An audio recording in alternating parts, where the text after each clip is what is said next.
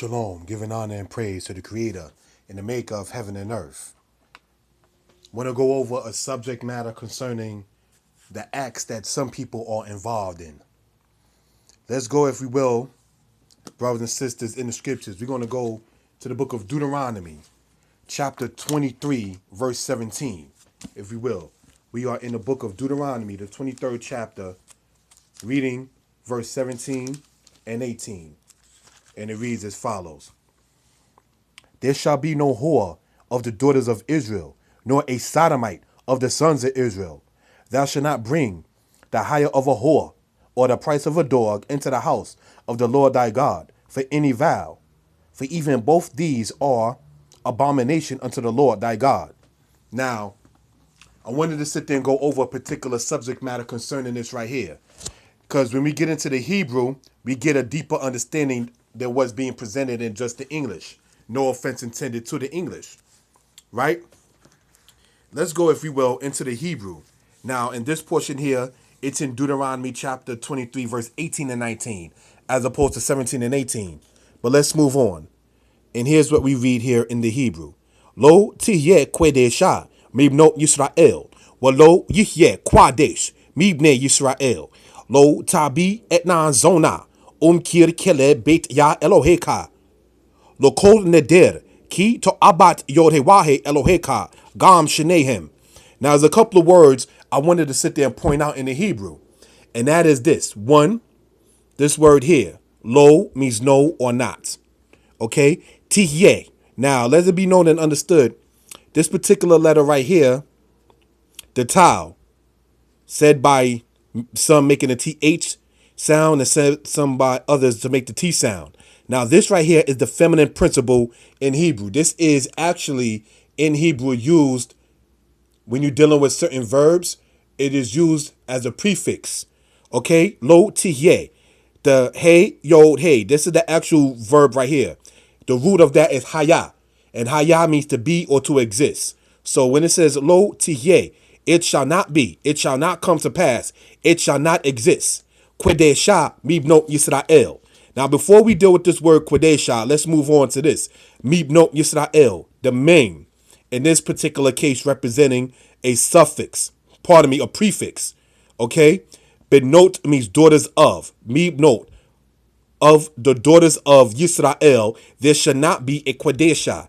Now, what does the word Qadesha mean? In layman terms, it means a lesbian.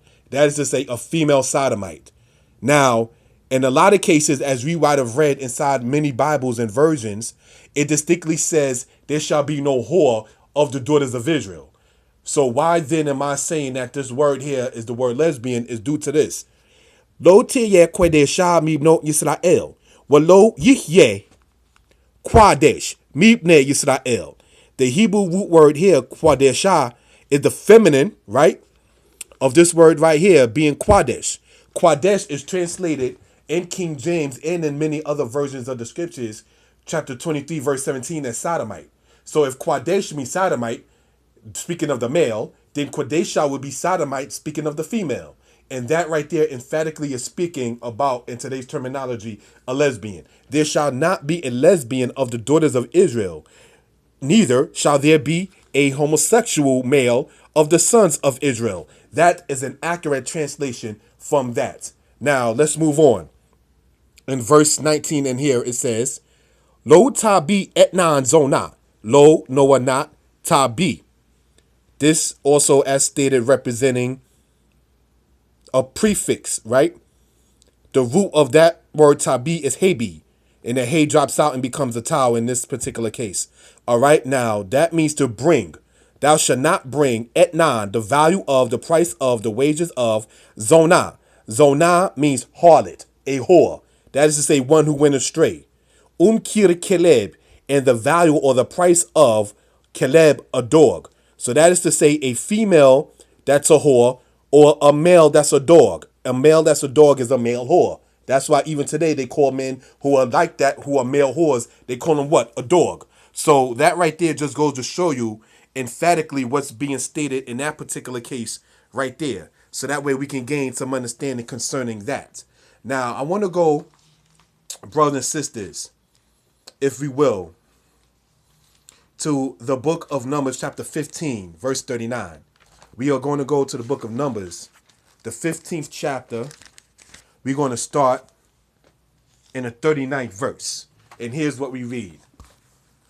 Numbers 15, verse 39 says, now this here is speaking about in reference with the fringes and the reason for them, right? Let's see what the scriptures says. And it shall be unto you for a fringe, that you may look upon it and remember all the commandments of the Most High and do them, and that ye seek not after your own heart and your own eyes, after which ye used to go astray, that you may remember and do all my commandments and be holy unto your Elohim. Now, in the Hebrew, right, of Numbers chapter 15, verse 39, in the Hebrew, here is what we read, and it says the following, right? Numbers chapter 15, verse 39. It says, Wahaya lakem letzitzi, and it shall be unto you for a friend. Ure item, and you all shall see oto, and you all shall see it. Uskaratem, and you all shall remember. Et kol mitzvot yah, all the commandments of the Most High. Wa asitem, and you all shall do, otam, them. Walo taturu, and you shall not go afterward astray. Lababkem, you shall not be led astray or go astray according to thine heart. Wa akare enekem, and after thine eyes. I shall attempt zonim. The key word I wanted to point out there is the word zonim, because this is the same root word as we see here, zonim, from the Hebrew root word zana. And from zana, you get the Hebrew word zona. And that we see in the book of Deuteronomy, chapter 23, verse 19. When we sit there and see the Hebrew word zonah, zana, zonim, all of it is connected, and it means to go a whoring or to go astray. So that's the point I wanted to make with that. So let's now move on, brothers and sisters. We're going to go into the book of, let's go there. Let's go to 1 Kings chapter 14, verse 24. We are in the book of 1 Kings, the 14th chapter. We are in the 24th verse. Okay, so we can gain some understanding and see what it says. Now, this is after the kingdom split, all right? 1 Kings 14:24, and we read,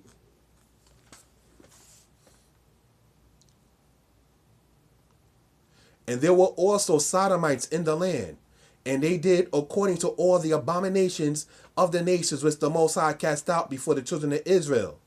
Now, I wanted to sit there and go over this particular subject right here, because when we get into the Hebrew, we also see something that's very interesting, right? It says this. Wagam Qadesh haya ba'aretz, and also were Gam, Qadesh, Sodomite, male Sodomite. Wagam Qadesh haya ba'aretz, and also there was a male Sodomite. He was in the land. So now, even though it uses the singular, it is speaking about an actual, what you would call today, a community of them, or a group of them being bunched up as one. Just like if you were to say, oh, I'm going to go over and speak to the delegate, but you're actually speaking to more than one person. That kind of situation. That's the Hebrew understanding and reference with that. Now, as we distinctly read, it says there was Sodomites in the land. The point in going over that is simply because you have it to where some people are teaching that the Hebrew word Qadesh does not mean sodomite or homosexual, but it means a temple prostitute. But it does not mean a temple prostitute.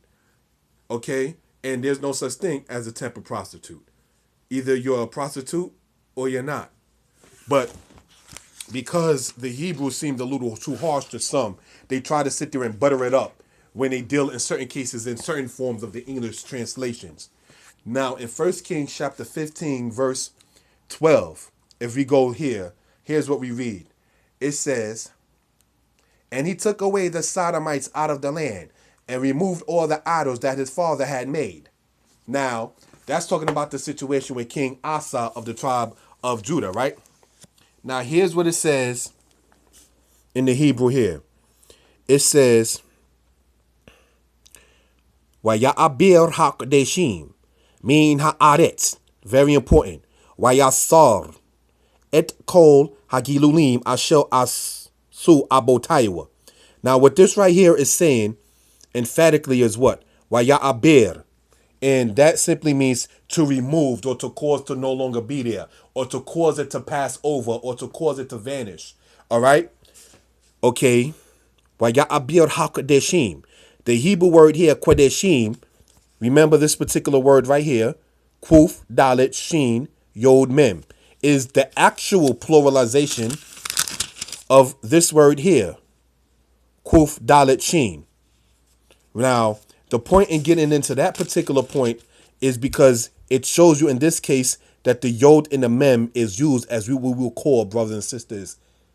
In today's terminology, the pluralization actually called in today's terminology a suffix. So I wanted to sit there and go over that particular thing to let it be known and understood that when the Lord is saying that there shall not be any homosexual males or homosexual females from the daughters of Israel, nor any homosexual males from the sons of Israel. It is not talking about a temple prostitute. And as we just read in the book of Kings, chapter 15, verse 12, and chapter 14, verse 24, we distinctly see that it identified it by the people of those kind being in the land. It didn't even state inside the temple like it does in the book of 2 Kings, chapter 23, verse 7. You see, this particular part right here distinctly shows that they was in the land doing it. So it's not to be understood that that meaning is a temple prostitute. That is an actual watered down translation because people felt that, well, you can't sit there and translate it as saying in layman terms a queer or a homosexual. So therefore we'll sit there and try to put it in other terminologies. So that's exactly what happened. But the Hebrew is letting you know emphatically that it's more raw and direct to the point. There ain't supposed to be any males that are dealing sexually with males, and there are not supposed to be any females that are dealing sexually with females. So let that be noted and understood. There will be a part two. Shalom.